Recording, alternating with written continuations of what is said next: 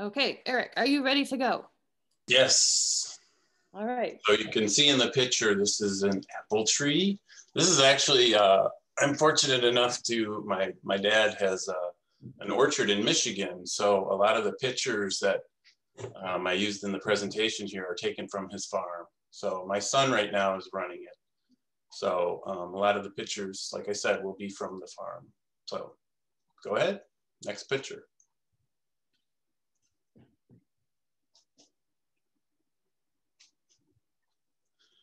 Some of the questions, I just put up a list of some basic questions that people usually give us. One is, when do you start getting fruit off of the new fruit tree?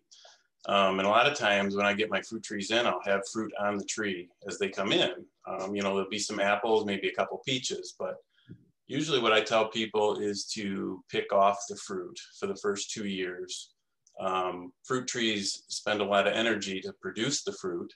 So those first couple of years, it's a benefit for the tree to establish itself, is to put that energy into its root system. So if you want to, you know, maybe the second year you want to have a couple of fruit on there to see what they taste like, that's fine. But generally you want to pick the fruit off for the first several years that the tree after planting, just to get it established.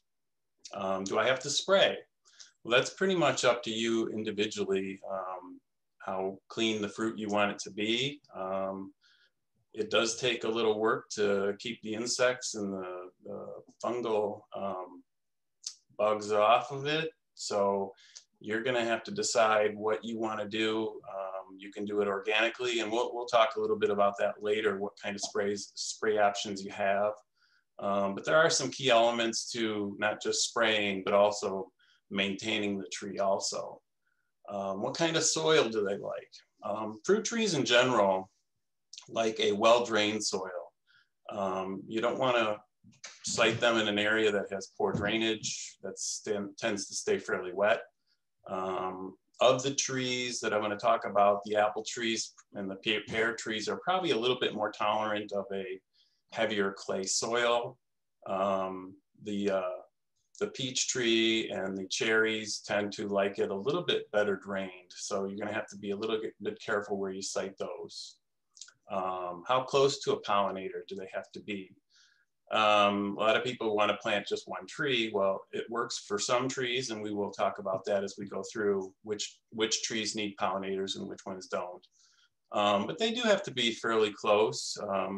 Maybe in the backyard area, you'll have to have 2 pollinators. They don't have to be exactly right next to each other. Obviously, the closer they are together, the better they will be. You'll have more pollination going on. Do you need to prune? Well, pruning is a key for any fruit tree. And as opposed to an ornamental tree, you probably will have to do more pruning on a fruit tree than you will on an ornamental. Are they easy to grow? Well, that's up to you, depending on how much work and maintenance you want to do. And do you like pruning? Do you like spraying? Do you like keeping the grass away from the base of the trees? Do you like mulching them? Fruit trees can be a little bit of work, but they are rewarding once you get some of the fruit on the trees. Next slide. Eric, I had one quick question for pecan trees. Would you also pick off the nuts for the first 2 years? She planted one in October 2020. Did she see nuts on them? Because I don't think they produce nuts until they were later, older trees anyways. I will ask her. Oh, she hasn't seen nuts yet. Yeah, you usually won't see nuts on a nut tree until they get older. So I don't think you have to worry about a nut tree. So. Obviously there is hundreds of varieties of apple trees. I've kind of selected 3 or 4 varieties. Sometimes I can get, if you have a request for a particular variety, like a Yellow Delicious, there are some other ones out there, obviously, but these are ones that kind of are the mainstream apples, the Royal, the Gala, the Honeycrisp. There's a new one called Kindercrisp. The reason I'm carrying that one is because it's a real early season apple. It's crossed with the Honeycrisp and it's very sweet. And same with the Winecrisp, which is a little bit later, but it's a very sweet apple that was crossed again with the Honeycrisp. So You can see I put the bloom times on there too, which is significant that you need to get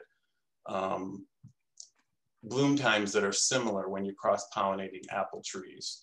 So you can see in the picture there, those are, I believe, all Honeycrisp apples, which, believe it or not, is a little bit harder apple to grow. That's why, like in the supermarkets, you see those usually the premium prices, because it takes a little bit more effort with Honeycrisp to grow. They have a little bit more problems than some of the other trees. That's why sometimes you'll see them as a premium price, and they are a little bit more difficult to keep the fruit clean anyways.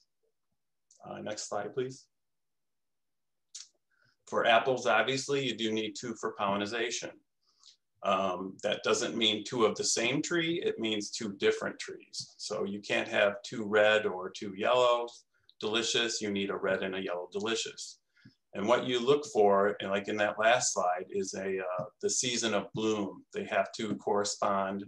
Now you can do an early bloom and a late mid-season bloom, but what you can't do is get a tree that's an early bloomer along with a late bloomer, because those usually won't cross over and pollinate each other. But usually with an early bloomer, you can get a mid-season bloomer, and those will be fine because the end of the first bloom will catch the beginning of the bloom of the mid-season bloomer. Or a lot of times there is overlap on those. So a lot of times just make sure that you're getting either mid-season bloomers together or an early and a mid together. Another question that people have brought up is, you know, they're familiar with the Granny Smith apple. I do not carry Granny Smith. I've had people ask for those. But the reason I don't carry Granny Smith is because they're such a late, they're a late bloomer to begin with, and they're also a late to harvest, which means they don't get ready till like the second week in November. And a lot of times our climate around here, we're starting to get freezing temperatures already by then. So really the Granny Smiths, even in Michigan, don't do well because it's such a late ripening fruit. So those usually have to come from areas that stay warmer longer and they have a longer growing season. That's why you usually don't see too many Granny Smiths around here. Next. Eric, can a Kindercrisp or a Winecrisp pollinate a Honeycrisp? Yes. Go with a Honeycrisp? Yeah. Yeah, usually the apples that I carry will all cross-pollinate each other. I don't think I have a late bloomer on my list. So now here's the other option is for blooming is crab trees. If they bloom at a similar time to an apple tree, they will cross-pollinate.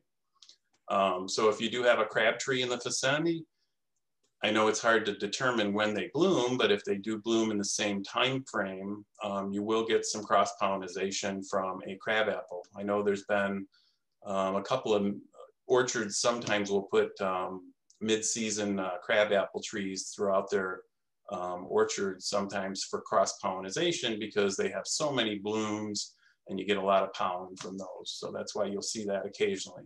But you will get some cross-pollination from crab apples. Next. Now this is, again, at my dad's orchard. You can kind of see it. This is trees that are a little bit more intense pruning.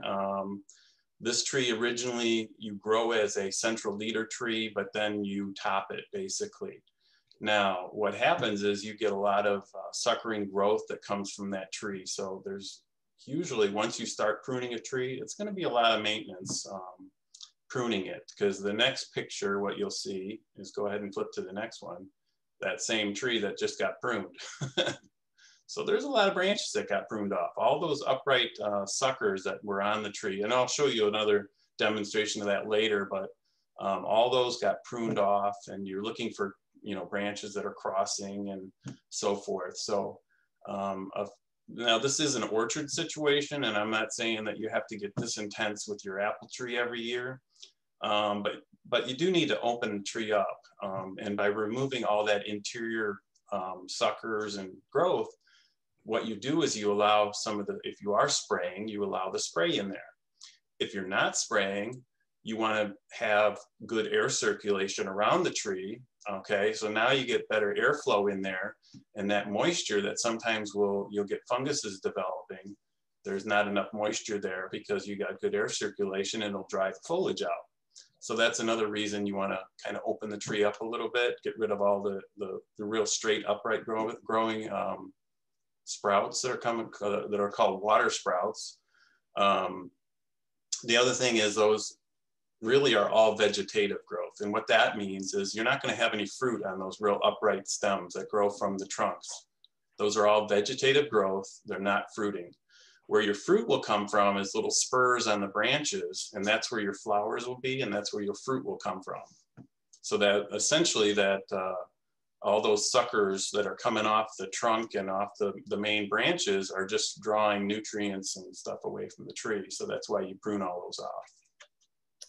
Okay. Eric, there's a question about, is it a good time to prune now? Yeah, right now is an excellent time to prune. I know my son started pruning even in the fall, late fall, after the leaves had dropped. He prunes basically all winter, and I know he's still working on one orchard right now. For the next couple of weeks, he'll be pruning. Why it's a great time to prune right now, just because you can, without foliage, you can see the branches where they go. So it's really an excellent time to prune. Pretty much an apple tree can be pruned all winter. And the only differences with fruit trees is, like peach trees, you want to wait. Peach trees, you wait almost until they're in bloom to prune a peach tree. They're a little bit, their foliage and branches are a little bit more tender, and they can store up carbohydrates in the branches that kind of help them overwinter a little bit. So on a peach tree, you'd want to wait till it starts actually to bloom until you prune it. But an apple tree, pear tree can be pruned all winter. Wait, Natasha had another question about grafting several types together to cross-pollinate. Yeah, I did have, I usually carry a 4-in-1. Sometimes they are harder to come by, and this year is one. I don't know if I have any coming in where they've actually grafted different varieties on the same tree, and it's called a 4-in-1. Sometimes you get a 3-in-1 or a 5-in-1. And that can work too. You just have to be real careful how you prune, especially when it's young. You don't want to prune off one of those branches.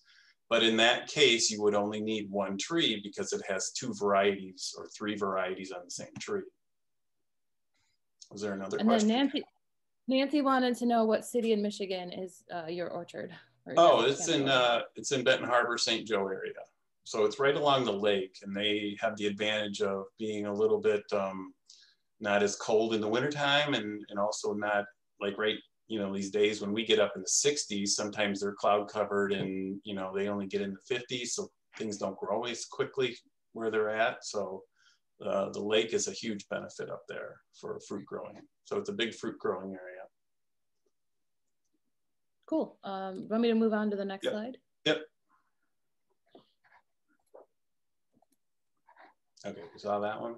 Here's again a little picture of suckers that are basically these shoots that are coming off of the trunk there, and they just kind of grow just straight up into the other branches. For one thing, when those leaf out, it makes it very dense inside, and it also it takes away the nutrients. Now those are water sprouts. A sucker is what's going to be coming. A lot of times you'll see a sucker that comes from the base of the tree, sometimes even from the ground around the tree. And those, you just have to deal with. I know I have, we do carry a product. I think it's called Sucker Stopper. I know the name has changed a couple times, but basically it will prevent some of those for growing for one season. You'll have to reapply it pretty much every year, but it helps with the regrowth of those sprouts coming from the base. And you can also use that on crab trees as well as fruit trees. But basically how you use that is when you have a sucker coming from the ground, and what you do is you cut it off, and there's like a dabber, and you take a little bit of that the sucker stopper, and you just dab the fresh cut, and it'll prevent that from growing for the rest of the season. So it does help out if you have a lot of suckers coming. A lot of I haven't seen it as much on fruit trees because they're limited to the amount of the root stocks that they use. But on crab trees, you're starting to see some sprout-free rootstocks that they're using, so they don't sprout up as much. Is the sucker stopper organic? I don't believe so. I'd have to look at the label, but I don't believe it is. It's actually a type of acid. It's like a growth regulator, but I don't think it's labeled organic. I'd have to look. I'm not positive on that. Next.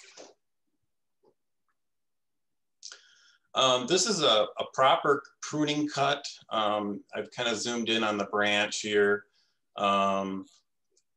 What you want to do when you look at a branch, you don't want to cut it so close to the trunk that you leave a huge scar.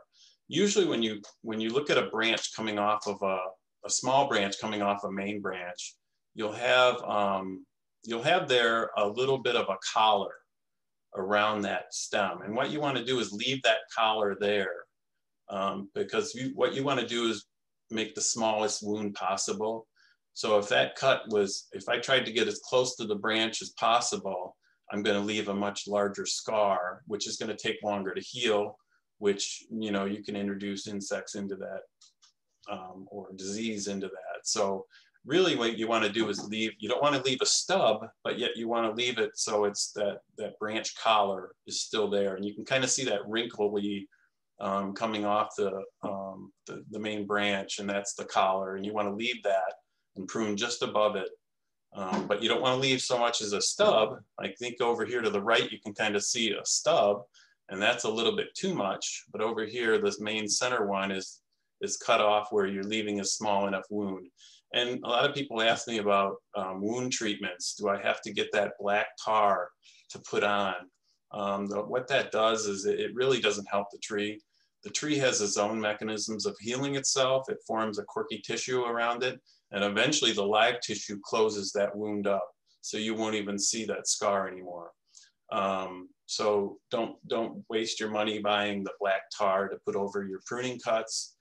The tree actually will heal itself. Some of those pruning wound sealers actually slow the process down. So just leave it alone after you make the branch cut like that, and the tree will heal itself.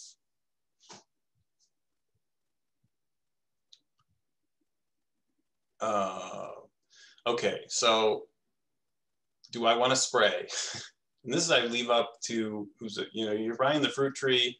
You're going to have to decide how clean a fruit you want, because some trees you'll get apple maggots in there, you'll get apple scab on them. There's a lot of different disease and insects that will get into your fruit.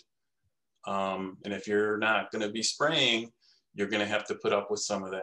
Now, is it tolerable? Well, yeah, if you don't mind cutting around some of them, and depending on if you're using them for applesauce or whatever, but there are things you can do both organically and chemically. But some of the keys is pruning too is a main key for fruit trees, is pruning them and thinning them out, which is going to let the air circulation better inside. And also will allow your spray to get in there too, because if you have a dense tree, even if you are spraying, your spray is not going to penetrate to where the fruit's at. So next slide. So here is some organic options that we carry. There is the fungicides. The neem oil is real good because the neem oil is also it's a fungicide, and it's a bactericide, and it's also an insecticide. So you can spray that on, and it kind of covers all three. So neem oil is organic, and will kind of cover all three bases. I do have, there's some specific ones too, like the biofungicide. I think that one actually can handle fire blight, which we'll talk about a little bit later. I think I have a picture of that. But fire blight is a bacteria that actually gets in, and that can make the tree look like it's burnt almost, and the tips of your branches will turn, and you'll need to prune those off. But that will help with that. There's also the insecticides on your right there, the Captain Jack's dead bug spray, which is an organic insecticide. And you can see the picture of the apples on it for organic. So there are organic options. And the next slide. is also there's some chemical actions. Now you notice the one in the middle, the fruit tree spray, it does have neem oil in it, but it also has some that are non-organic. So that's why they can't label it as organic, but it does have neem oil too, is one of the ingredients that it has in it. The dormant oil is not really organic, but I would say it's a very safe option because you are spraying that in the dormant season. Like right now, if we get above, let's say like today, I think we're going to get above 45 degrees, you can put an oil spray on it. And a lot of times that oil will take care of a lot of overwintering insect eggs and also scale insects. So that's a real good option that's fairly safe. It's not, I wouldn't say, I can't say it's organic, but you're putting it on there without foliage, and it has to be done in the dormant season. The fungicide on the other side is also used, can be used for apple scab. Yes, question? So 2 questions. If you use neem oil, how often should you spray it? Usually it'll say on the label, you're gonna have to read the label, but probably every, you know, through the growing season, the biggest problem is you get, you know, you're gonna spray on the foliage that's there, okay? And in a 2 weeks period, you're gonna have new growth coming out that's not gonna be protected by that spray. So you're gonna have to spray again, follow up almost every couple of weeks as the tree grows because you get new foliage coming out. So that's one thing you gotta keep up on your sprays. I mean, some people aren't gonna keep up on it as much. If it is time consuming going out there and spraying every 2 weeks. You can see on the one here, even the one label says protects up to 2 weeks. Well, it covers that foliage that's there, but you get new foliage growing, and that foliage needs to be protected by the fungicide. Otherwise, the fungus can penetrate that foliage without the fungicide on it. And then the other question was to treat crab apple fungus, what would be best? The Immunox right there on the right is for apple scab. So that's what you would use, and you need to follow up like every couple weeks, starting probably at as the first foliage starts to leaf out in the spring. You're going to want to protect that young foliage and then follow up with a couple sprays after that as the new foliage comes out and protect that foliage from apple scab. But with apple scab, another key is to thin the tree out. You want good air circulation because that apple scab needs moisture in the right temperature in order to spread. So if you give it the right environment, it's going to just take off without spraying. So by thinning the tree out and you know, drying that foliage out, even the dew in the morning, you know, we have a cloudy day and there's dew on the tree and that moisture sits there for a period of time, that's when the fungicide or the fungus will spread. Next. Peach trees. I do carry Contender, which I found at my dad's orchard anyways. This is the one that is probably his hardiest. He usually has a reliable crop on it every year. They are self-pollinating. This one's very cold hardy. Now, in a real unusual year, I know last year was a little bit unusual because we had that cold snap in the fall, the previous year. So he lost probably 50% of his peaches. Contenders had a pretty decent crop. I would say probably 75 to 85% crop last year. The one polar vortex year, he lost pretty much all of them, and it didn't, regardless of which peach it was. So peaches can be a little bit finicky.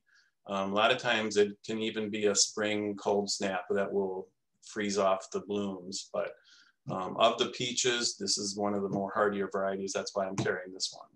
And it is self-pollinating, so you only need one tree. Unlike the other trees, I think I have a picture of it, but you kind of prune this one out to open up the middle of the tree.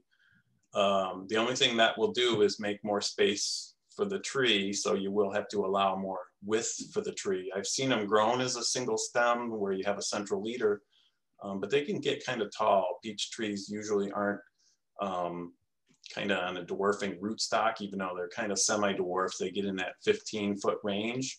But if you prune them down, you can usually keep them so you're picking most of the fruit on the ground, which is what you want to do. You don't want to get a ladder out there to do that. Next slide. Fruit thinning. This is actually when my son gets done pruning or thinning his fruit. If he let all these fruit set and go to season, he'd end up with fruit that's about peaches that are a little bit bigger than the ones on the ground here. You can see there's sometimes just hundreds of fruit on the ground. Usually you want to space them about maybe a foot apart each fruit. So if you got like 6 or 8 fruit in a 10-inch spot, you got to take about most of those off and leave 1 or 2, because otherwise you're going to end up with real tiny fruit. So you can only imagine if you get a good fruit set, you're going to have to do a lot of thinning. Otherwise you're going to end up with these little tiny fruits. And that's the same with apples too. Apples won't size up if they're too heavy on the tree. So you got to thin an apple tree as well. I didn't have a picture of the thinned apples, but it looks about the same, maybe not quite as much as a peach tree. Eric, when is the best time to plant fruit trees? Usually spring, but really a potted tree, which is what I carry, can be planted pretty much throughout the summer too. If you're planting bare roots, you're going to want to plant in the spring, obviously, because that's the only time they're really available. But a potted tree like I carry can be planted really anytime throughout the season, as long as I have a supply of them. Next. This is the peach leaf curl, which is one of the more serious diseases of peach trees. This is a disease that can really pucker the foliage like that. I have seen people will bring in samples to the nursery even around here. So I know my son has to spray every year for this, and it's a spray that's done in the dormant season. So you either do it in the fall or early spring before the tree leaves out, and you have to use I think there are some organic options, organic fungicides that you can use for this, but it has to be a fungicide and it has to be applied before it leaves out. So like even within the next couple weeks, something like that could be put on your tree to prevent this from happening. But once you start getting it, if you see it one year, the next year is even going to be worse, because a lot of times it overwinters in like the little bark crevices and spots in the tree that will it'll fester there and it just keep getting worse year after year unless you're applying a fungicide in the dormant season. So this is one caution. You might want to do one spray for this at least. If you're not spraying the peaches, you're going to have to protect it from peach leaf curl. Next. Pear trees. You will need 2 pollinators for pear trees. Pear trees are usually pretty tough. They're a little thicker skinned. Sometimes you can get away with not doing a lot of sprays on a pear tree, especially like a bosque is a real tough skinned one. Bartlett's a little bit softer, but it's pretty good. Summer Crisp is kind of in between a Bartlett and a bosque, so it's a little tougher skin. So usually you can get away with maybe a little bit less spray if you're going to not have to spray. Sometimes you'll get pretty good fruit set, and you'll get pretty decent fruit on a pear without doing a whole lot to it. But you can see they do put out a lot of growth, and you do have to train them when they're little. You can train them to similar to like an apple tree with a central leader when they're young. And then usually what you want to do is prune that central leader out as they get a little bit older. So the varieties I have this year are Bartlett, Summer Crisp, and Golden Spice. You will need 2 of either one of those 3 varieties in order to set fruit. I think I've also had the question, will you get cross-pollination from a Callery pear? I don't think it will cross with a Callery pear because they don't bloom quite at the same time. So I wouldn't count on that. I would probably get 2 pear varieties. Next slide. Fire Blight. You can see this. This is what I was talking about earlier. It's a bacterial disease that you can get on both apple trees, crab apples, and also pear trees. It's been kind of devastating in our area some years on the pear trees. I know we've lost a lot of the Callery pears from fire blight. So if you start seeing the ends of the branches kind of get kind of brownish, almost blackish, sometimes they even curl, that is fire blight. There are a few sprays, but they're not as effective. The best thing you can do with fire blight when you see it on the end of a branch is prune it out when you see it. But you want to clean your pruning tools before. I would do it even before and after you do any pruning. You want to go well beyond the infected area. So if the tip of the branches maybe is maybe a foot that's affected, maybe go back another foot and remove that branch and then put it in the garbage and get rid of it. You don't want that laying around because those spores can just splash back up on the tree. So if you do see anything like this, you need to get rid of it right away. Prune it out. I would say your best defense would be pruning as opposed to sprays. If you've had consistent problems year after year with me, when you see it, you could probably do some spraying, but I would tend to, the most effective thing is to prune it out. Eric, I had 2 questions. Did you say to prune out the central leader for peach trees? Yeah, peach trees, they typically don't like that central leader type. So usually, even when they're younger, you can prune that central leader out, and what you're going to do is form more like a bowl. You want the inside to open up. You want more sunlight getting at those peaches. So typically, a peach tree is pruned more open than an apple or a pear. So you're going to do a little bit more opening up of the tree inside, the interior of the tree. So you do not let it develop a central leader. And then can you an apple and a pear cross-pollinate, or is that? No. No? 2 apples or 2 pears cannot cross-pollinate an apple and a pear. That'd make an interesting fruit. Yeah. Right, you know, it's slide. amazing because they're doing a lot of, they've crossed peaches or plums and apricots, pluots, you know, and things like that. They've done a lot of different crosses and things with that. And, again, some of those apricots, it's really hard to grow an apricot around here. We even my dad's farm in Michigan, maybe like he has some apricot trees, but it's like he gets fruit on it 2 out of 5 years, and they're hardly even worth growing around where he's at because it's just too cold and it freezes the blooms off. They bloom very early in the spring.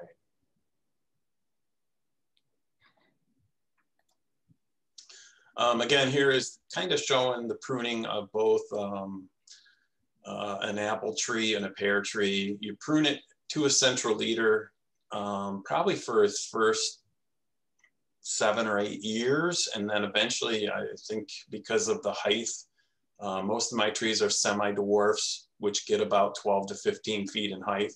Eventually, you want to take the leaders out and just prune the leaders down so you force out more side branches so you're not climbing this huge ladder to get to your fruit. So let it have a central leader to develop the first several years, and then after that you want to prune the leader out.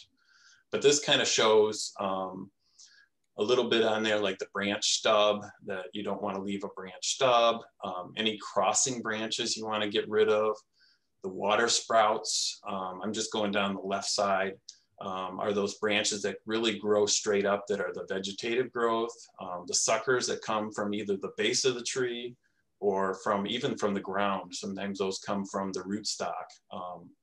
So if you've ever seen a tree that all of a sudden it's white blooming and you got these little pink blooms coming from the bottom, it's coming from the rootstock, which is a different type of tree. A lot of times they graft, fruit trees are all grafted onto a particular rootstock, which either makes them a smaller size, or the rootstock is a hardier rootstock that can tolerate more, maybe heavier soils. So that's why they graft them onto a rootstock.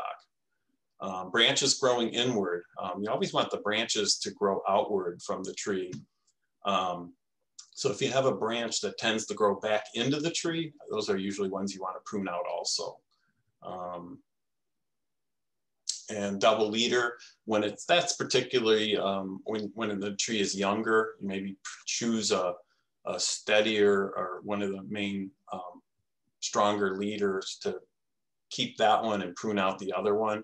And then eventually with an apple tree, like I said, it's prune that out so it doesn't keep getting taller and taller. Next. Cherry trees. I usually don't carry too much in the way of sweet cherries because they're not quite as hardy for our area around here. The sour cherries, however, are fairly hardy. They are self-pollinating also. I carry Mount Morency, and there's also one called North Star. And they are fairly hardy. You just got to keep the birds away from them. The biggest problem with those is, yeah, you might have to net them. Probably the best thing to do is, if you got a young cherry tree, we do have, we used to carry, I don't know if we still do, but bird netting to keep the birds away. Because the birds, once they start turning red, the birds just hone in on them and they just start eating the cherries as soon as they start turning red. I did have several years, I've had, and I might have a couple coming in this year. Actually, no, I don't have any coming in this year, but 4-in-1 cherries where a lot of times you get the cross-pollination with the sweet cherry and the sour on the same tree. Again, the sweet cherries, you hit or miss with if around in our area how cold it is. You don't always get cherries on the sweets, but sours are pretty good. So if you're going to plant a cherry tree, I know they're not as sweet as the sweet cherries, but they do make good pies and good for baking. So sweet cherries is the way to go. You don't have to prune quite as intense on the cherry tree as you do some of the other trees.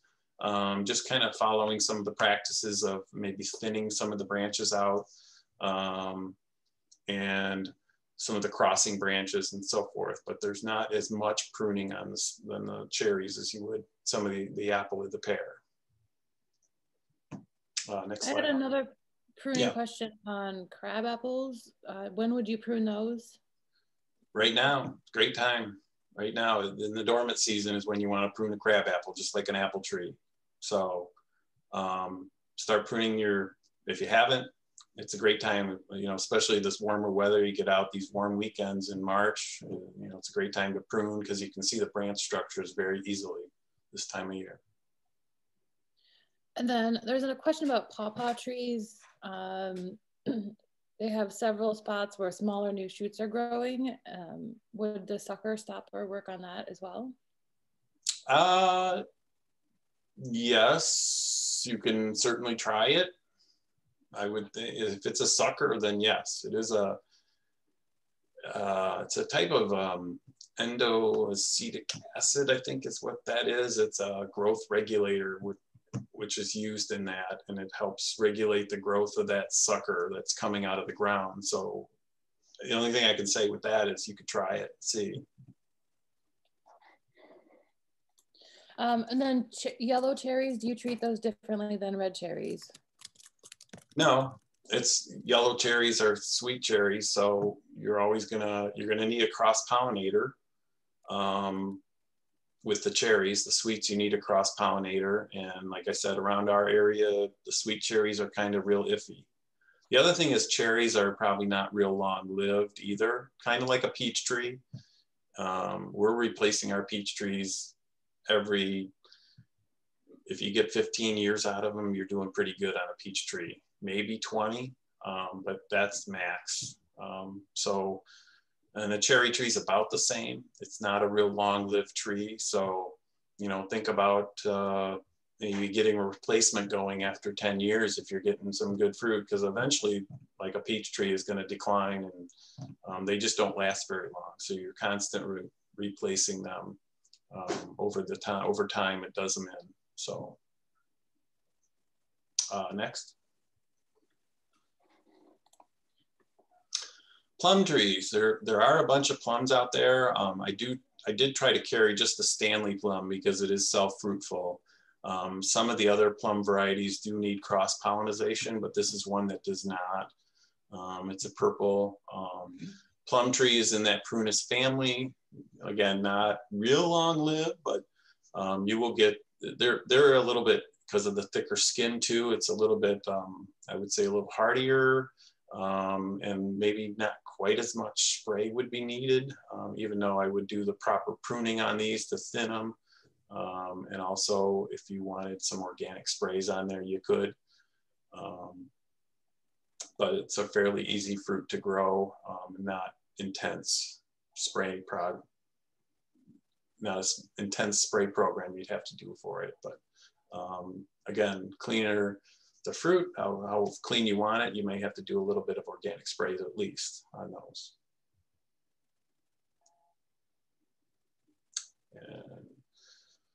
And I think Joni's up. Well, hi. Yes, the small fruits. These are the little jewels of the edible garden. We all love them, we need them, we use them. And so I'm here to talk about those a little bit. First of all of these little small fruits and berries need full sun. So this is asking you to give them 6 hours a day of sun in order to get the bountiful fruit that you're looking for. Here at the growing place, we grow both heirloom and the newer varieties. And so I'm going to go over briefly some of what we have. Mr. Eric is also very well versed on these. So if we have questions, we may have to refer to him too. But first I want to talk about strawberries. So that'll be the next slide. And we all know and love these, whether they're frozen or fresh or in our ice cream or yogurt or smoothies. I mean, we do love these, but I would ask you to consider the Tristan variety. Now, you're not going to be able to see this now, but in a couple minutes, I'll be able to show it to you a little better. This Tristan is a little different because it has a pink flower. They're ever blooming with this beautiful pink flower all season. And that means they would be wonderful in a container, wonderful in a window box, very, very beautiful, sweet, full-size strawberries. We also have the alpine strawberries, which are tiny, but they're super, super sweet. And these are the ones that you might put in a strawberry jar with the little holes on the side, or in a window box or a container. So they're just awesome. Here at the growing place, we have 5 varieties of strawberries to pick from. And all of these that we'll talk about briefly, these can be found in our perennial department. We have very helpful trained staff to serve you. And we also have handouts available on all of these fruits and berries. So we'll go to the next slide.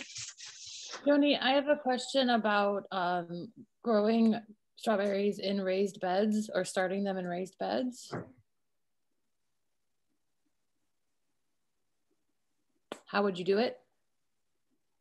Well, the raised bed, mine at home are deep enough so that if needed, the roots can go into the soil underneath it. My raised beds all have at least 10 inches of soil, but these are not deep-rooted plants.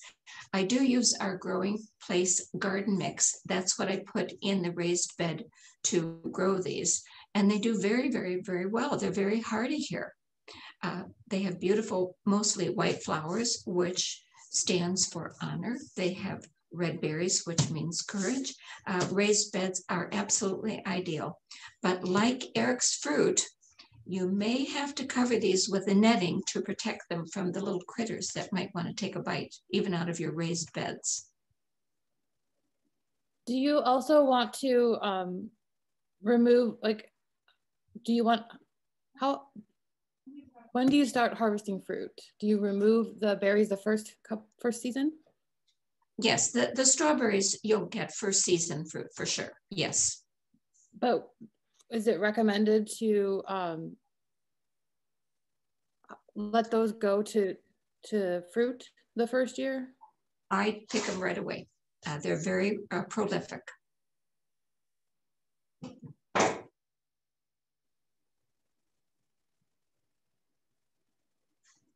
Okay, rhubarb. This is an old, traditional, wonderful, but is it a fruit or a vegetable, really? Because we are using the rib of it. We are using the stem. Here at the growing place, we carry the Canada Red, and we pick it when that beautiful red rib is ready. We also have to pick this before it flowers. And keep in mind, as it says, the leaves are poisonous, so we're not eating those. Okay. Then we go to our favorite, which is raspberry.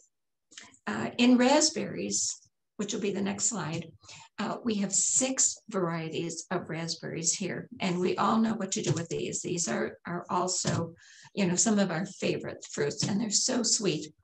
I like to freeze mine. I like to put them on a tray in single file and freeze them, and then put them in a little bag in the freezer. And these I use frozen in my muffin batter so that you can get the whole berry instead of just a swirl of red color. One of the favorite varieties that we have here is strawberry shortcake. And that is a 2 to 3 foot tall, thornless raspberry that is fabulous in containers. When we use raspberries or some of the other fruits in a container, I do encourage you to use at least a 16-inch diameter or preferably a 20-inch diameter container because some of these can winter outdoors with just a little bit of protection. Also, you won't have to water them quite as much. But these are perfect. I would use a pair of the strawberry shortcakes on your patio and put them where you're going to see them and use them and remember them. But the raspberries are wonderful, but strawberry shortcake is one to watch out for because, again, no prickles. Okay. All right, Joanie, I've got a couple questions for you. Yes. Do you know off the top of your head which rhubarb we're carrying this year? Yes, it's the Canada Red. That is the only one we carry, Canada Red. So it's a very red stem that we're using. And then on rhubarb, I know my mom always waited 3 years to start harvesting her new plants. You know, I've heard that, and I do think it's a very good idea because you want to give those roots a chance to get established, and then you will really produce a fabulous plant. So 3 years is best, just like we do for asparagus. And then if you're starting a new strawberry bed, how far apart would you plant the plants? Well, as we all know, they get wonderful runners that become the secondary plant. And so this is why they have to be attended to. You know, I usually do them like 14 inches apart. That works for me. Okay. So there's some of the raspberries for containers, but go to the next slide, please, because you'll see on the right, yes, that's it, on the right, that is the strawberry shortcake. And you can see how pretty that would be on your patio. And again, it's ever blooming and no prickles. They get to be about 3 feet tall in their season, and they're very sweet, normal size berries. Okay. And then we go to blueberries. I have another question for rhubarb. Yes, sure. Would it be okay in a container? Absolutely. I would prefer this to be in a container. And again, I suggest as large as possible, preferably 16 or 20-inch diameter containers. Absolutely. It's meant for that. And the blueberries that we'll talk about next can be grown in a container as well. The rhubarb. Oh, no. Rhubarb in a container.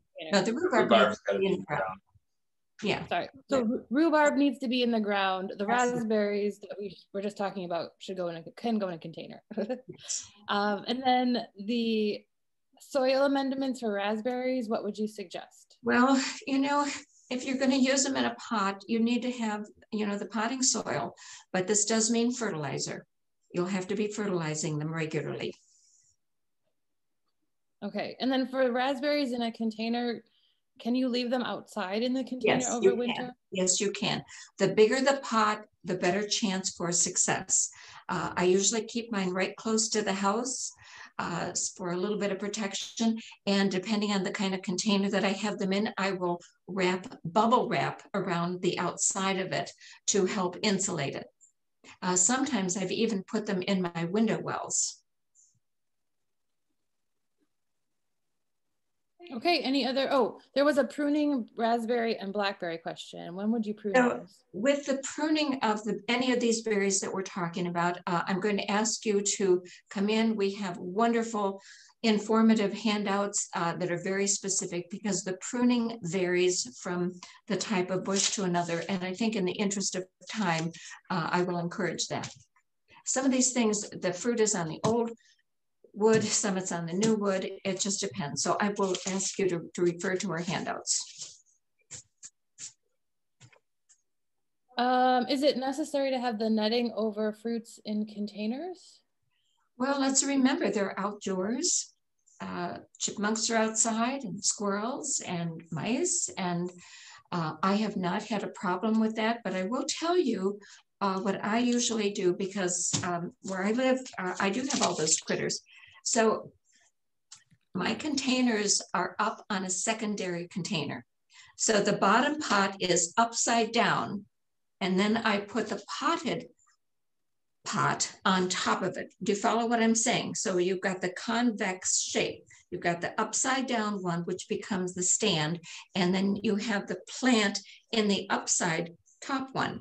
What this does, it keeps the climbing critters from going up. They can't make it up. The chipmunks and the squirrels have trouble with it, the mice, and that really helps a lot. Okay, and then one strawberry question, again, the soil conditions, like just average well-drained soil? Well, if they're in the ground, many of these like moist, well-drained. Okay, so strawberries like moist, well-drained soil. Yes.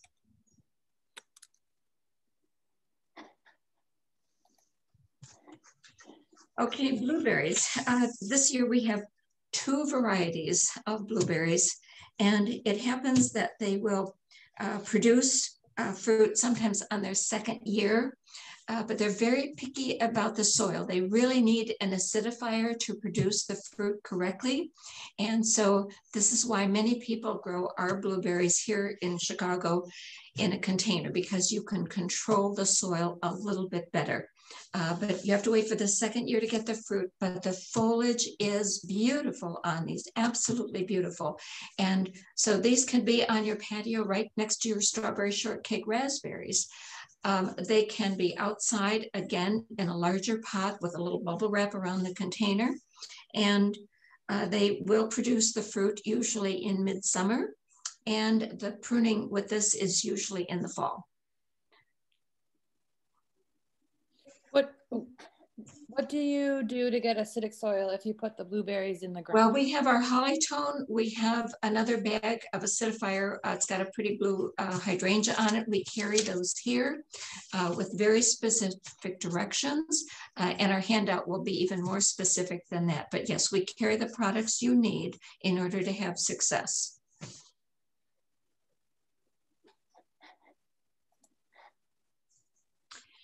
And everybody loves blackberries. So we only have 1 variety of blackberry, but they are big and full and fat, and they are thornless. So that means you and your family, when you're reaching in to grab one, you're not going to get scratches or anything. They're absolutely delicious. And again, these like moist, well-drained soil. Okay.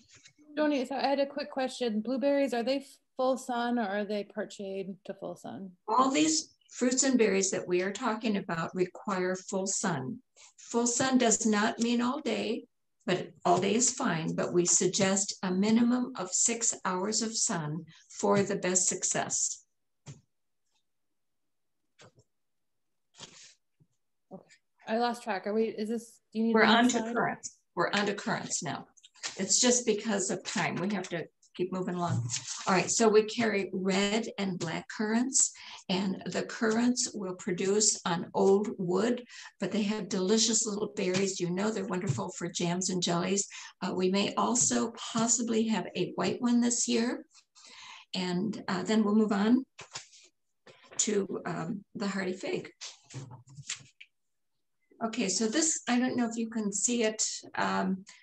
Well, there's a picture on there. All right. So this is our Chicago hardy fig. So this was developed in Chicago. I personally have one as a house plant. And for the most part, as a potted plant inside, it keeps its foliage and it still produces fruit. However, I assure you, grown in the right conditions, it can survive our Chicago winter.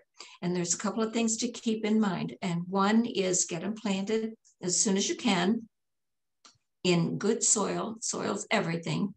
And for winter protection, they need to have some extra garden mix that we carry, and we put that in late November, about 10 inches on top of the plant, just after the ground begins to freeze. And that will protect it. We never use a rose cone, and we don't cut them back in the fall. They're going to produce their figs usually midsummer. I love those with balsamic vinegar. But it's really, really important to remember, and we have one here at the farm, here at the Aurora store. There's one in the garden. These, along with perennial hibiscus, do not come out of dormancy in Chicago until early June.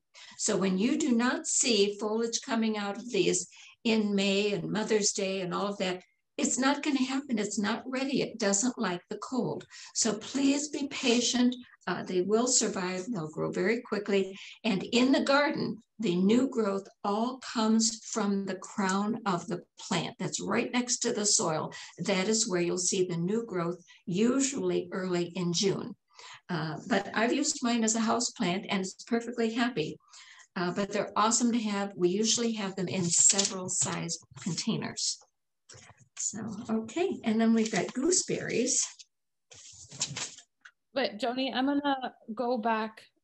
So we've got lots of questions, so we can take our time. I think everybody's enjoying your presentation. No need to hurry through things. So for the fig, when is a good time to repot the fig? Well, one of the sizes we sell of these is really just in a little 4 to 6 inch pot. It's too small for me. And so I'm going to repot that right away. Otherwise, you're going to be watering that every single day, and nobody has time for that. So I right away will get those into a 10 inch pot for sure. With mine at home, it's already in, a 14 inch pot, and that's where I keep it. But I do repot it every couple of years, and I do fertilize them. And then I had a general question about overwintering plants. My assumption is that some are hardier than others. So let's talk about which like raspberries or what fruits are the most hardy in this area that wouldn't need winter protection. Sure, of course, because we are here to help people have success. The varieties that we have chosen are hardy for our area. But again, certain circumstances have to be provided for them.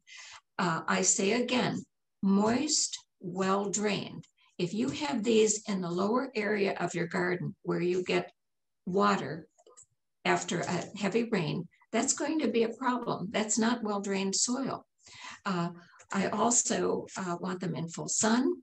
Every one of these will perform very, very well for you under the right conditions. I also suggest they may need a little winter protection, even just like the fig. I use our Growing Place garden mix, about 10 inches of it on a lot of these plants. Not only does it protect the root for the winter cold, but it also adds needed nutrition for the roots. And over the winter, it seeps down into the root to provide extra nutrition so that it performs even better this coming spring. Then when do we, I forgot when the berries come out. Is that in April? Midsummer. No, for sale. Oh, well, of course, it's going to depend on our wonderful weather. I mean, it's going to be in the 60s Monday and Tuesday, but no, we are not having the fruits and berries out, not before mid-April. Okay. Fruit trees will be out probably mid-April or earlier. As soon as I get them in, they'll be available to plant. Natasha said her fig has grown over 3 feet last year. Should she prune it? Well, to the ground or half? to the ground? Does she keep it as a house plant or does this go outside? Natasha? I don't know. Okay, that's fine. That's fine. I will tell you, just like my house plants, I have pruned outside covered with leaves. I'm sorry? Outside covered with leaves. Okay, well, if this is planted outside, all the new growth, as I said, comes from the crown of the plant. And I will cut all of the rest of it off. In the house, if it's a house plant, I just shape it in the month of March. This is the time to do that. But outside, I only keep the old stems just so I remember that it's there, because again, it does not come out of dormancy until well into June. Okay, thank you. Can potted strawberries or raspberries be overwintered in the garage instead of outdoors? You know, you can try, but remembering in the garage, they have no sun, they have no water, and sometimes they keep certain roses and a couple of hosta maybe, potted things in the garage, but I assure you that at the very least monthly, I'm watering them, and it's for as brief a time as possible. So that means they're not in my garage until November, and they're coming out in March because they have to have that sun and that moisture. The best success in containers is always the bigger the container, the better success. Little tiny pots will not be successful, in my opinion. The Growing Place Garden Mix is not certified organic, but it is made of all natural materials. If that answers your question, Ginny. I have one more blueberry question, and then we're going to move on to gooseberries. So how large of a circle of acidic soil do you need for a blueberry plant? So I'm going to refer to our handout, Becca, because we actually are very, very specific about the soil. The blueberries planted in our clay soil will not be happy. And because we've got these two beautiful plants that I love in containers, but honestly, the soil is so specific, depends on the container. And so I would encourage you to drop by if you can and get one of our handouts. We actually have on the plants, when you purchase them, there is a full card describing the soil needs that you need to do, the percentage of acidifier to soil and water and everything. So we do give you full instructions on proper care. So you're recommending blueberries should probably be grown in a container because of soil. I do, because you can control the soil. But there's such a pretty pot along with your raspberry shortcake, along with some of the other, but not gooseberries. Some of these things, the gooseberries get really big. I mean, those are going to be 4 feet tall. However, would you put blueberries and raspberries in the same big pot, or would they have? Oh, no. Oh, no. No, because they get too big and they'll lose their pretty shape. They'll have a beautiful shape. But with the gooseberries, all I want to say is, again, it's moist, well-drained soil. It's full sun, and they will produce the fruit the very first year. Oh, good to know. Karen had a question. She's had one for about 3 years, but it seems spindly. Despite being in full sun. Do you have any suggestions? Well, all I can say is the plants are able to communicate with us. So it probably needs a little pruning, and I would do that this week to stimulate more branching. And remembering, we don't know what the soil is like for that plant. If they're sitting in hard packed clay, they're not going to perform. It's all about the dirt and full sun, and I would prune them right away and add some soil amendments later this month or in April. How far would you prune the gooseberries back? Well, usually, I'd probably go halfway. Especially, in early spring, you can do it halfway and it will produce more branching and you will get more berries even the first year. Okay.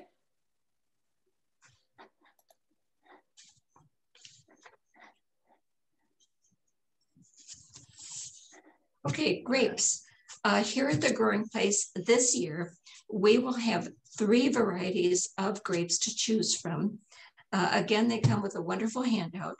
These will all be seedless. Okay, we have other varieties in previous years, but we seem to be selling the most of the seedless, so they'll be just fine. Once again, moist, well drained. These usually get harvested late in the fall, and grapes are very particular about their pruning, okay? And it's done in the fall or late winter. And we have a whole diagram on our handout about how you do this. It's very, very critical. And you know that's why it's so tricky for the wine growers, because this pruning process is very serious business. But in any case, they do very, very well, but they want that sun. You've got to have that full sun for them, and you've got to have drainage. But we will have all of these fruits and berry bushes in the perennial department together, alphabetically, and we'll be there to answer your questions. Okay. I had a pruning question on currants, black and red or red. When should you prune them? You know, unless Eric has another thought, to me, I would be going out and doing them this month. And I would probably prune them by half. And again, they want sun, and it's a great March is when I fertilize everything. That's when I fertilize my house plants. I start fertilizing my roses, everything, because now we're getting a little bit more sun and things will be starting to come out of dormancy. So I would do it in March by half. Is there anything else we should know about currants? I know we kind of went fast over those guys. Well, we did, because there's so much more yet to cover. You know, the important thing, I think, is that these are not sprayed. And if you're somebody that is spraying your lawn, I'd be really, really careful, because those sprays carry. And so if you're growing any of these fruits or berries, any of these edible flowers we're going to talk about, you cannot be spraying, because those herbicides and pesticides carry, and that can be a problem. So we want to make sure they've got good soil, they're not sprayed, they're getting enough sun, they're getting enough water, and you will produce fabulous plants. This is really a time in our lives, this past year and this coming year, when we're really enjoying going out to the garden and having our own homegrown vegetables and fruits. And I mean, it's incredible, but they are plants and they are perishable. And so we have to attend to them with the needs that they require. When you say prune by half in length, or half of the old branches? Well, if the currant has grown to, or the gooseberry has grown to 4 feet, I would cut it down to 2 feet. But I don't do it in June. I mean, you've got to go do that very, very soon. And then I have 2 fertilizing questions. Fruit trees, do they need to be fertilized, Eric? Typically in our soils, no. Because they're clay soils, they hold a lot of nutrients. I typically would say no, not to fertilize. If you were going to do a general purpose fertilizer, you want to do just an organic, maybe like a plant tone, which is a real organic fertilizer. That would be all you'd need. And then on fruit and berry plants, what fertilizer would you recommend? What does Eric think on that? I would, again, the plant tone, which is a general organic fertilizer, is probably all you need. Yeah. For fruits and berries or fruit trees. If you're going to do the fruit trees, then just a regular organic fertilizer once in the spring. Yes, and we have handouts at both sites, and I will try to include them somehow on the website as well, so you can go look at them if you need to. Joanie, I'm going to feature you if you want to go talk about Yes. Edible flowers. Edible flowers. Okay. Well, hello. It's a beautiful day. I can't wait to get outside. I've been working in my yard already. All right, so one of the things that is my passion is cooking and growing herbs, but also with edible flowers. And the edible flowers are, you know, they're so pretty on your plate, but you have to be really, really careful. You have to know exactly which one you have. Is it edible? Is it poisonous? Has it been sprayed? You have to know. But I will tell you basically, if you can eat the plant, you can eat the flower. And I'm going to go down kind of alphabetically about some that are easy access for us that you could have in your garden. And the first one I start with is the apple tree. And those blossoms are very, very edible, assuming you haven't sprayed them. But the apple is. And I'm going to go right into the basils. Here at the growing place, in their own greenhouse, all of our herbs are grown by themselves. Okay, we're not spraying. You can eat any of our herbs or these basils right off the table, right off our tables. We have 21 varieties of basils growing, and I cannot wait to walk in there again and smell them. But those flowers are very, very edible. Not all of our basils will flower, but those that do, you can use those flowers in stir fry. I don't know if you've ever thought of that, but they stir fry beautifully. And so that's something to keep in mind. Maybe you know bee balm, maybe you know it as Monarda. This is something that has a very fragrant leaf, but it has spectacular red or pink flowers that are delicious. The hummingbirds go mad for them. They're incredible. And those I would probably also put in a fruit salad.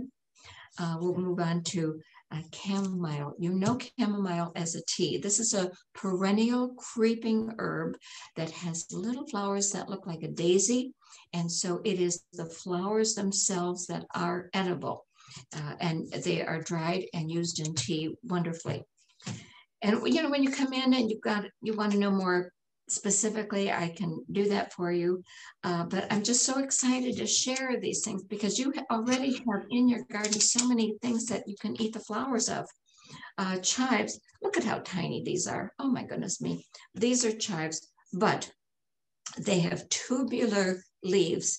And right now they're just barely starting to think about coming up with the greens, but they have spectacular lavender flowers, as you'll know, that are about the size of a walnut. If you were to put those flowers on, say, a spinach salad, your family probably would not go for this. So I encourage you to break apart the little flower into little pieces and sprinkle it over your salad. And it gives that subtle onion flavor. And I use the flowers for making vinegar as well. But the chive flowers are absolutely delicious. And you could use those as an accessory on a plate too, but I break apart that flower.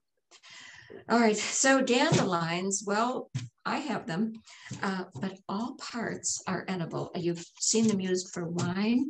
The dandelions have a honey-like flavor.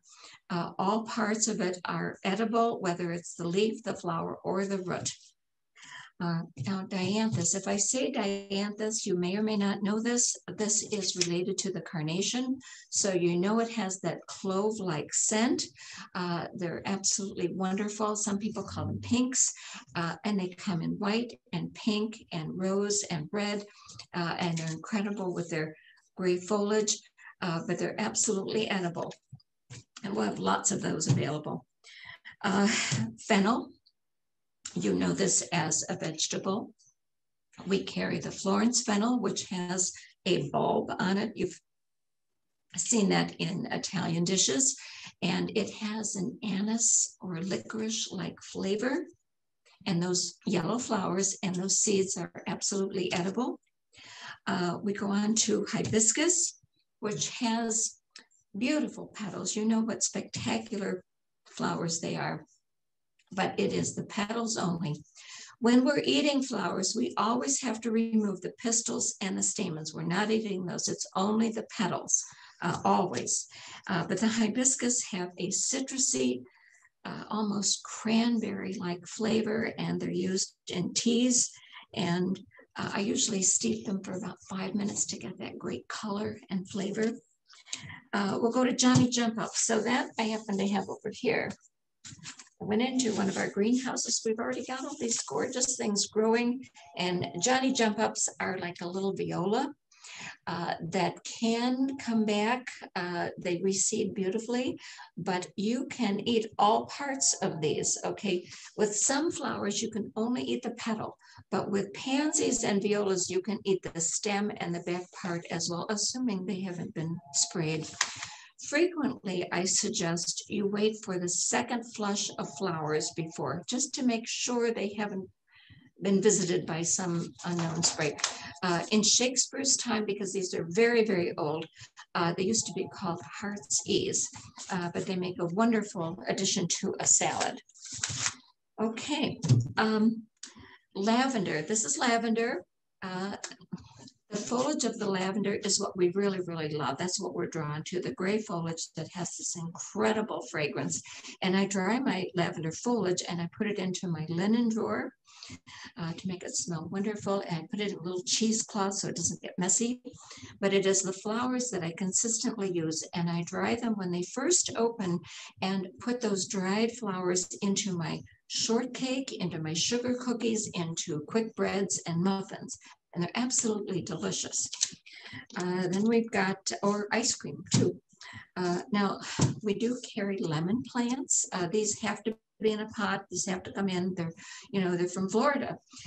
So if you have any of those, it is the flower that's very fragrant, very citrusy. Perhaps you've had a little limoncello, and that's what it's made from, are the lemon flowers. Okay, and then lilac, you'll love this, Eric. Okay, the lilac flowers are absolutely delicious, and I usually put 1/4 cup of lilac flowers into a pint of yogurt, and it's very sweet and wonderful. But remember, we're not spraying. All right, then we go on to mint, and all of the mints, and we carry many mints, they're fruity in flavor. You can eat the leaves, you can eat the flowers, you can make teas. I like to use the chocolate mint, and I put the leaves or the flowers into my brownie mix or my chocolate cake mix. They're incredible. And it's a beautiful house plant because the mints are one of the herbs that don't need as much sun as the rest of them. Almost all of our herbs require 6 hours of sun, but mint, it doesn't care. It's not too fussy, and it just grows these beautiful stems, but the whole plant is edible. Then we go into marigolds. We're still in M's, and marigold flowers are edible. They're thrown into salads because of their great color. They add a little bit of flavor, very subtle. And then I'm talking about nasturtiums. You all know nasturtiums. They're colorful little clowns. They're orange and red, and they're just incredible. You can eat the flower, pardon me, you can eat the seeds, and you can eat the leaves. Very peppery. And you can make whole salads just of the nasturtium. They're incredible. And they're very high in vitamin C, by the way.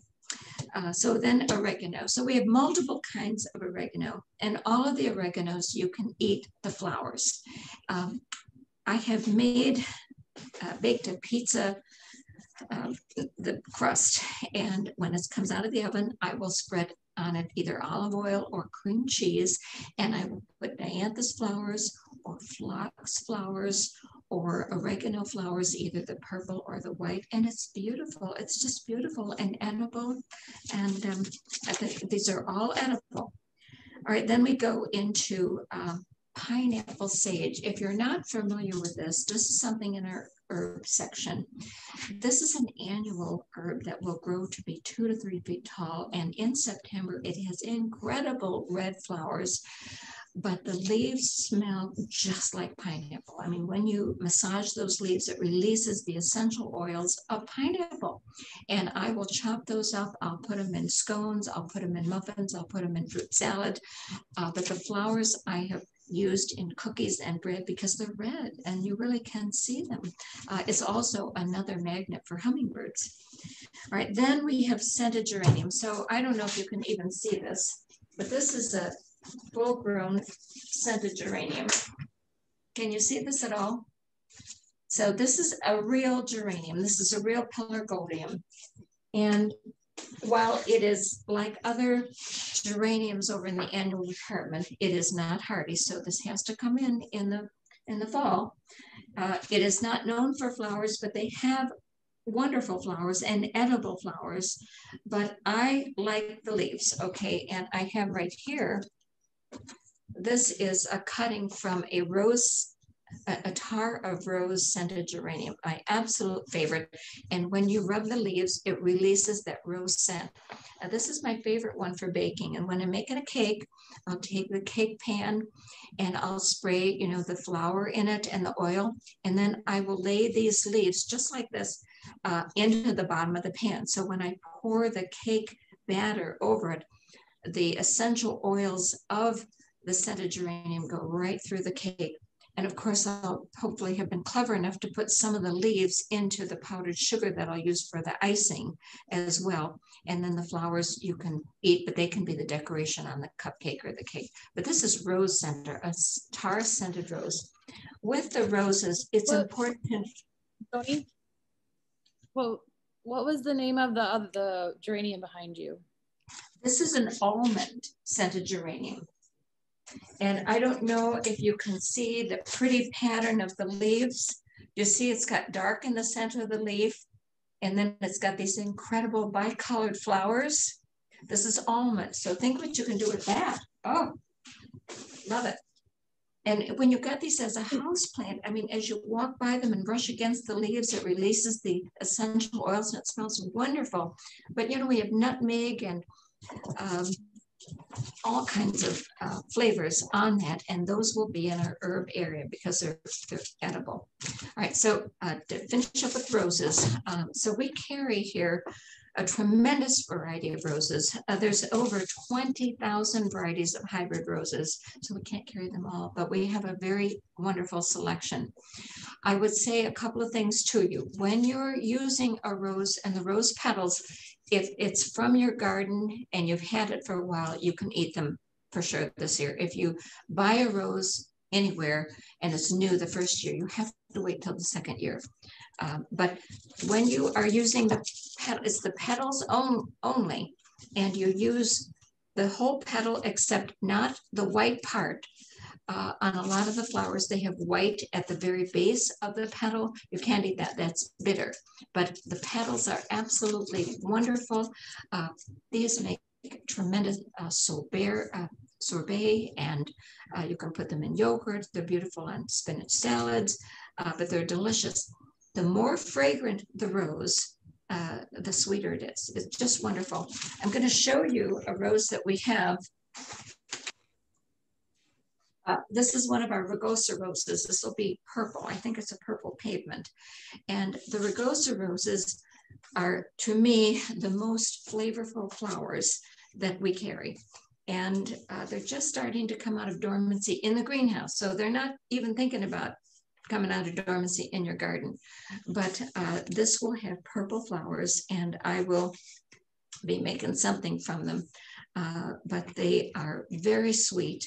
And again, the more fragrant the rose, the better the flavor. You just have to know your plant, because again, you cannot be using things that have been sprayed. You have to know. And consistently, I do not use plants, flowers from the florist for eating, because I don't know what they've done to them. So this is something from your garden. Okay, so next I want to talk about rosemary. So I don't know if you can see this over here, maybe not. But rosemary, you know, it has that pine-like fragrance. This has so many uses, but for eating wise, the blue flowers, and this one, I'm sorry you can't see it close up, but right now it has blue flowers on it, which are absolutely edible. I chop up these soft needle-like leaves because they're full of essential oils, and I will chop them up, not too finely, and I put them again in my cookies, in my bread, focaccia, in oils. But the other thing is they get very, very woody stems. And so with the woody stems on the rosemary, I like to use them as skewers for shish kebab. And I'll soak them in water for a little bit, and then I'll put the whole branch, I'll use it and put on the meat and the vegetables for the grill. So it has multiple uses, but it's incredibly wonderful to have. I mean, I just can't imagine cooking without rosemary. All right, so then we're going to go into and I make those at Christmas time because to me it's a Christmas herb, and that's when I'll make my rosemary shortbread. Sometimes. Oh, Joanie, I have a few questions for you. Okay. One I missed earlier. The lemon balm she has as a house plant always dies. Do they need a larger pot? Is that something you can overwinter? The lemon balm. Lemon balm is something we carry. It is very potent. It does smell wonderfully of lemon. It is consistently extremely hardy. The one thing about lemon balm is if you want to use the flowers, great, you certainly can. They're perfectly edible as the leaves are. Very strong. Can you overwinter it in the house? Yes, you can. You can. In the garden, this is something you want to cut the flowers off because they are heavy reseeders. But yes, it could be a house plant as long as it's getting, that 6 hours of sun. So your south or western windows would be best, and in a big enough pot so that you don't have to water it all the time because it will use a lot of water. Would you let it dry out between waterings? When the soil is shrinking from the edge of the pot, you've waited just a little bit too long, because then the water is going to go right over the sides and not get to where it needs to go. So I pretty much water that a lot. Okay. I don't think you can There's a question about pet plants and eating. I don't think we know plants, we don't know pets. So I would say if you have specific questions about specific plants for your animals, it's best to talk to a vet as opposed to us, because we're the plant people. we do plants. We do plants. I do in perennials. I do have a book on poisonous plants, and I can assure you, we're selling plants for the garden. We're not selling the produce. So yeah, you've got to be really careful. And how would you overwinter rosemary in your house? So of the many varieties of herbs that we carry, and we carry 120 varieties of herbs, rosemary can be a bit of a challenge. If you let it dry out, you're going to lose it. It will get dry, coarse, needle-like foliage.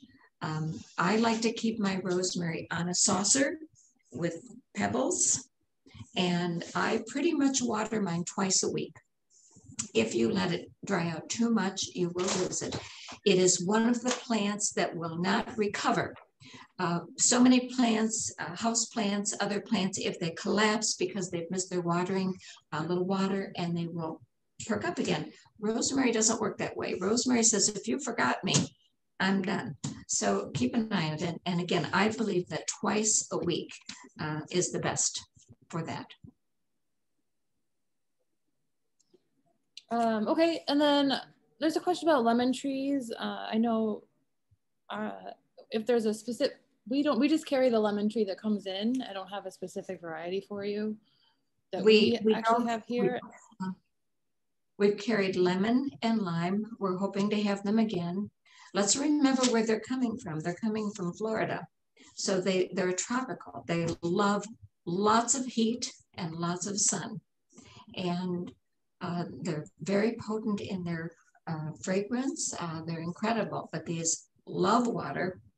And I'm not saying to have standing water with them. I'm just saying you have to keep an eye on watering these things. Our homes are very dry, and plants are all drying up very, very quickly. But the lemon or lime need as much sun as you can give them. More than 6 hours would be wonderful, but you have to keep an eye on the watering. Okay. Okay. I've had success. Any more edible flowers for us? What's that?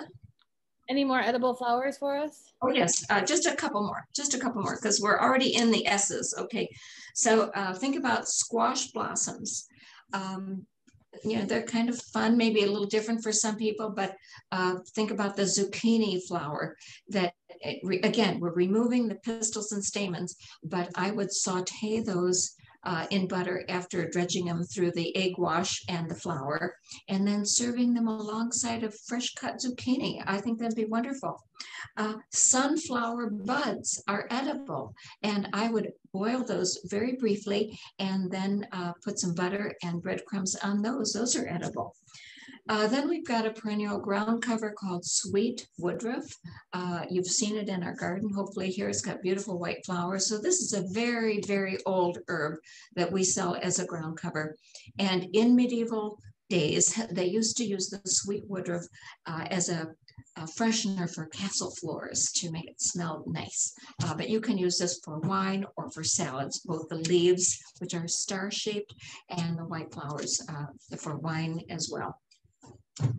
And people have used it for ice cream and yogurt as well. I think some of these are an acquired taste, you know, but it's kind of fun. Then two more groups quickly. You must know that all of the thyme flowers, and we carry lots of varieties of thyme here. We have the more culinary friendly ones with our herbs. We have some ground cover thymes with our ground covers, and they all have edible flowers because they're not sprayed, but they're tiny. And so that would make a very pretty attraction on a plate, but they're very edible. Thymes in Chicago are almost evergreen, probably under the snow that's quickly melting. We do have some already green thyme. All right, and lastly, I wanted to talk quickly about violets. So you know what violets are. I've got violets here.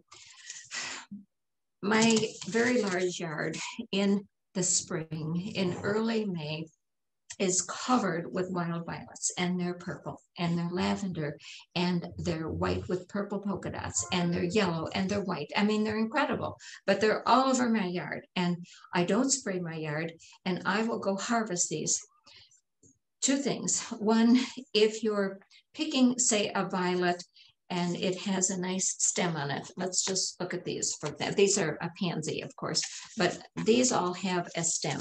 When you're picking flowers that have a stem and you want to hold on to them a little bit, they could go in a little vase of water in the refrigerator.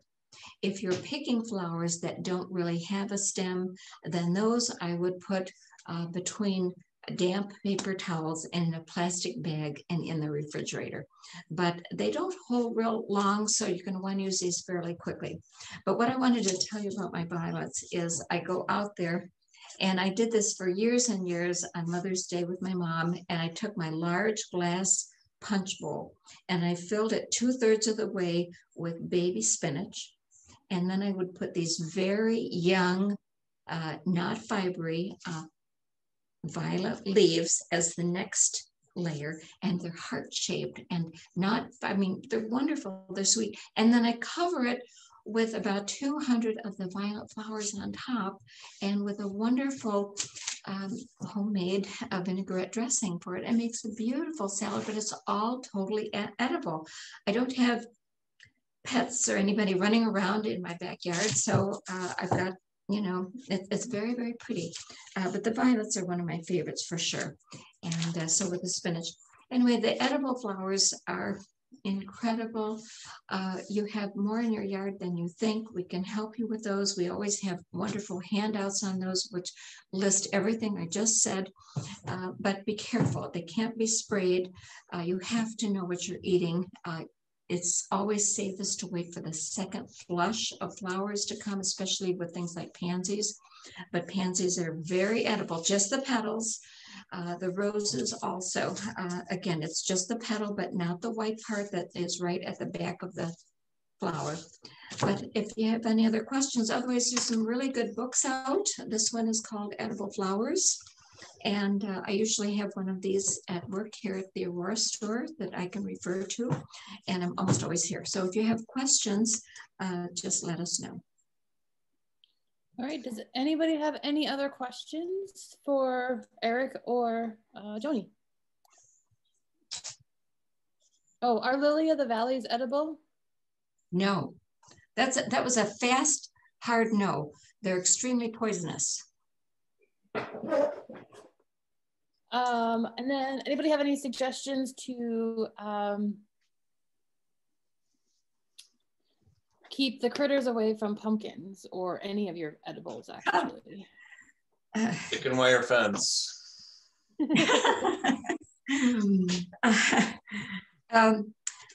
I have used spray shellacs on some of my pumpkins that I'm not going to eat, and it does help stop the squirrels.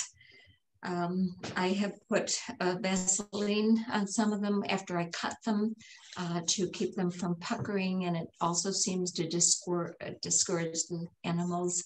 But the spray shellac, you know, just a clear Rust-Oleum spray has worked for me.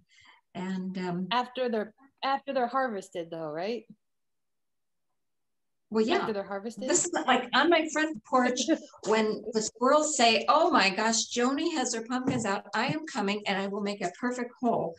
Now, it doesn't work for us here because we have mountains of pumpkins, but on your front porch, you know, I have used that spray and it does work. But again, sometimes they have them higher up, like on a stool or a chair or a bench, and that also helps. Yes, and then if they're growing on the vine, Eric suggested chicken wire. It's probably your best option when they're still growing. So if you came and joined late, this is going to be, it's recorded, so we will post it, probably post it up on Monday, and we'll share the links again in our emails out on Thursday.